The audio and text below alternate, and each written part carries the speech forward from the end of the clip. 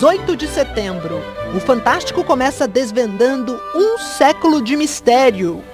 O que esconde esta parede lacrada há 100 anos numa escola no interior de São Paulo? Uma entrada secreta para uma outra dimensão. Uma tumba, sabe? Tipo faraó. Um segredo que desperta a imaginação dos alunos de várias gerações. É como a descoberta dos tesouros do Egito, né? Tesouros estão por toda a construção da Escola Sud Menuci, em Piracicaba, no interior de São Paulo. Arquitetura eclética na fachada e no interior misturavam o neoclássico com o barroco, que eram os signos da cultura europeia, né? Uma parede em especial é o centro das atenções. Esconde um presente deixado pelos alunos de 1922. O que será que tem? Mistérios. O Brasil tinha se tornado república havia menos de uma década, quando a escola foi fundada. 25 anos depois, surgia a ideia de fazer uma cápsula do tempo, para ser aberta em 100 anos. Eu achei muito genial, assim. Era uma época em que a linha do trem direcionava o progresso. A estação da Companhia Paulista em Piracicaba funcionava a todo vapor. No Brasil, o mercado do café estava em crise. E as artes passavam por uma revolução. A Semana de Arte Moderna, na capital paulista, rompia padrões e lançava grandes nomes do cenário artístico nacional. Em 1922, Piracicaba já era uma cidade voltada para a educação. Piracicaba já era conhecida como a cidade das escolas. Na época, a Sud Menuci formava professores para escolas de todo o estado. Hoje, o colégio tem mais de 600 alunos nos ensinos fundamental e médio. E esse ano mergulharam no passado.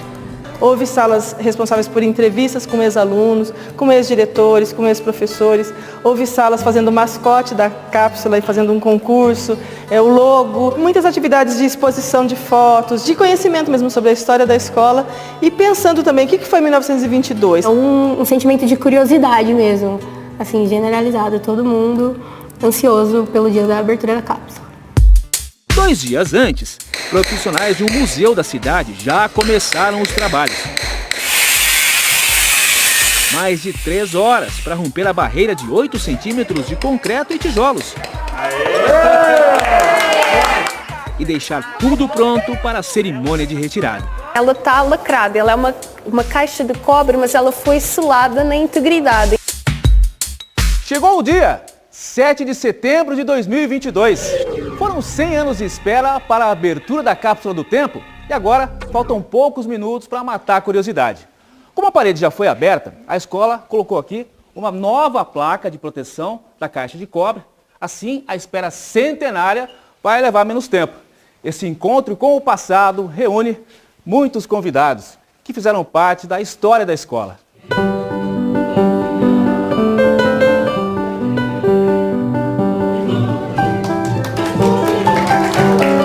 Dona Clóris é filha de Oscarlina Bueno de Moraes, uma das alunas que participaram do projeto da cápsula em 1922. Muito emocionado? Muito lindo. Que momento, né? Saber que a sua mãe participou do trabalho ali, né? Os profissionais do museu trouxeram a caixa de cobre aqui para o laboratório da escola. E agora estão fazendo uma análise bem minuciosa da cápsula do tempo. E a gente vai ter que sair desse local porque pode ter uma contaminação. Eles usam equipamentos específicos para não danificar o conteúdo. A caixa de cobre é aspirada em uma câmara de exaustão.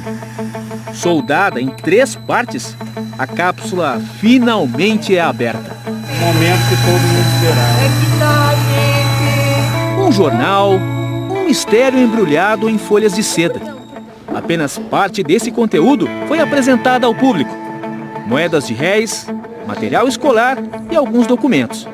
Depois, tudo ficou em quarentena por 6 dias. É preciso cortinas fechadas, pouca luz, porque o calor pode estragar o material. Parte do acervo ainda tem umidade. Mas o que é possível ser mostrado é um tesouro de curiosidades. Fotos, documentos e mensagens. O diretor da época deixou aqui uma receita médica anti-estresse. Ele imaginava que nos dias de hoje a vida seria muito agitada e acertou em cheio. Bromoreto de sódio, tem água de flor de laranjeira e água de tilha. São alguns dos ingredientes que a gente tem nesse calmante. Já sabia que 2022 ia ter muito estresse. Ia ter. Alguns alunos aqui que eram realmente verdadeiros artistas, né? Desenhos impressionantes assim, da anatomia, do próprio equipamento de química. Para quem faz parte da história da escola, uma viagem no tempo. Só vê o que tem essa Gazeta de Piracicaba aqui, e o jornal traz aqui o centenário da independência. Maravilha, não? Livros do primeiro escritor de literatura infantil, cadernos de música.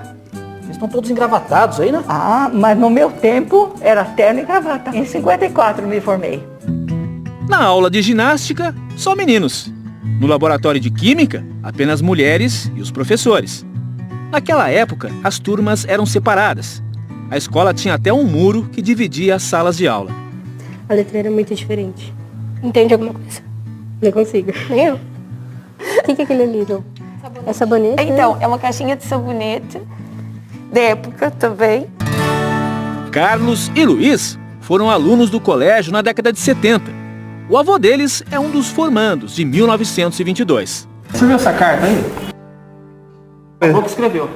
Essa carta aqui? Meu avô que escreveu? Essa aqui? Essa mesmo. Vontade de pegar na mão para ler. Aí são 12 páginas e aí no fim tem a assinatura dele. Nossa. Pô, a assinatura dele era essa. Daquele que em vida se chamou Bento Lordelo. Pô. Muito emocionante, né? A carta foi endereçada ao professor de História de 2022. O avô só não imaginava que os próprios netos transmitiriam a mensagem.